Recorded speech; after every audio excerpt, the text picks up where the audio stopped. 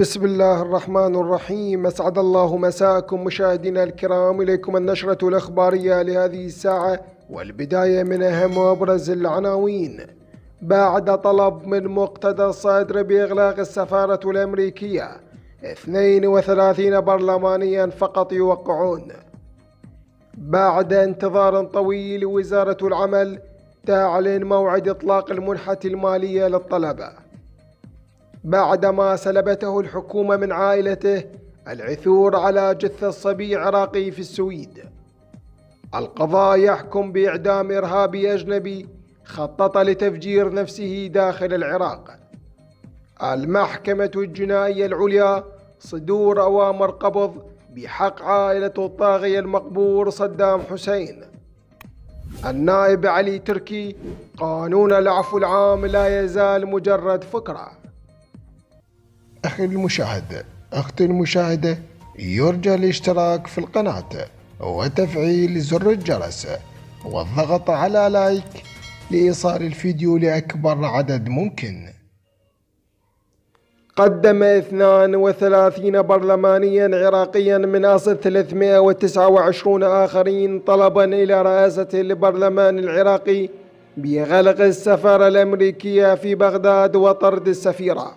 وجاء في الطلب المعنون عقد جلسة استثنائية مخصصة للقضية الفلسطينية وفق وثيقة إنه بالنظر إلى عمليات الإبادة والظروف الإنسانية الصعبة التي يعيشها أهلنا في غزة المحاصرة بسبب العدوان والحرب المعلنة رسميا من قبل الكيان الصهيوني والتهديد الغاشم بتهجير أكثر من 1,000,000 مواطن فلسطيني من شمال غزة، نتقدم استنادا إلى المادة 28 من النظام الداخلي لمجلس النواب بطلب عقد جلسة استثنائية مغلقة تخصص فقط لمناقشة قضية طرد السفيرة الأمريكية وغلق السفارة وتعليق العلاقات الدبلوماسية مع كل الدول الداعمة للكيان الصهيوني.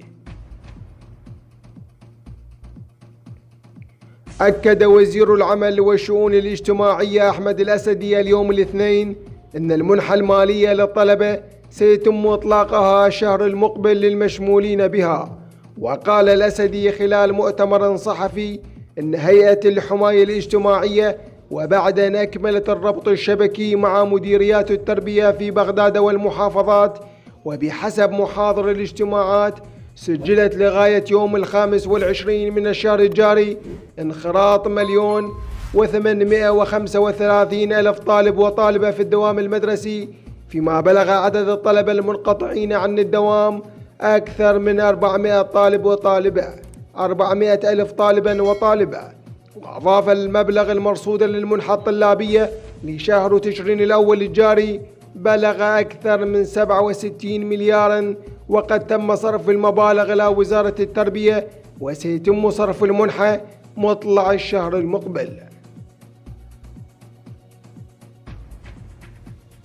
أعلنت السلطات السويدية اليوم الاثنين عن العثور على جثة صبي عراقي يدعى ليث يبلغ من العمر 14 عاما في إحدى الغابات بالقرب من العاصمة ستوكهولم، وتم العثور عليه مقتولا ومقيدا بعد اختفائه لمدة تزيد عن 3 أسابيع. ووفقا للبيانات الواردة من المركز السويدي للمعلومات، فقد تم سلب الصبي من عائلته العراقية وتسليمه للخدمات الاجتماعية قبل وقوع الحادث. وعاش ليث مع عائلة حاضنة سويدية بعد سحبه من عائلته، ولكنه اختفى فجأة وظل مفقودا لمدة 22 يوما قبل العثور على جثته. ويشير محامي عائلة الصبي إلى وجود عيوب كبيرة وخطيرة في سحب ورعاية ليث من قبل الخدمات الاجتماعية والعائلة البديلة التي عاش معها. وتشير التحقيقات إلى أن ليث اختفى وقتل وظلت جثته في الغابة لمدة 3 أسابيع قبل العثور عليه. ومن الملاحظ أن عائلة الطفل ليث قررت العودة إلى العراق لحماية أبنائها من السوسيال، مما يعكس سوء ظروف حياتهم في السويد.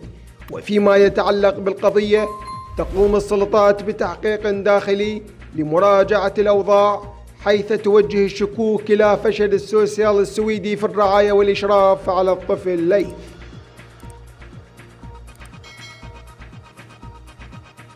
أصدرت محكمة جنايات الكرخ حكما بالإعدام شنقا حتى الموت بحق مجرم إرهابي يحمل الجنسية الأجنبية خطط لتنفيذ عملية انتحارية في العراق. وذكر المركز الإعلامي لمجلس القضاء الأعلى في بيان أن الإرهابي والذي انتمى لعصابات داعش الإرهابية اعترف بأنه كان يخطط لتفجير نفسه داخل العراق وتحديدا في محافظة صلاح الدين. وأضاف أن الحكم بحقه صدر وفقا لأحكام المادة 4 من قانون مكافحة الإرهاب.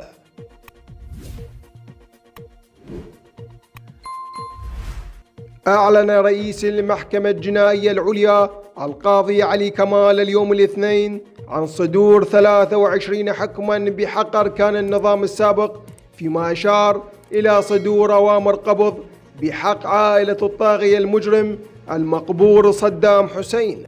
وقال كمال في تصريح لوكالة الأنباء الرسمية أن 23 قضية رئيسية تتعلق بالنظام المباد تم حسمها جميعا، تخص المتهمين الذين تم القبض عليهم آنذاك، وهناك متهمون هاربون مطلوبون عن هذه القضايا.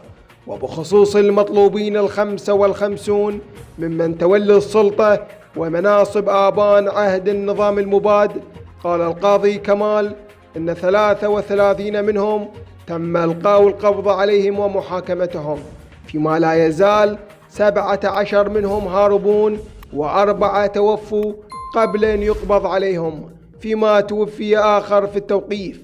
ولفت إلى أن هناك قضايا مرتبطة بعائلة المقبور صدام حسين تنظر بها المحكمة، بينها قضية هدر الثروة الوطنية، وصدرت بحق عائلة الطاغية المقبور صدام حسين أوامر قبض.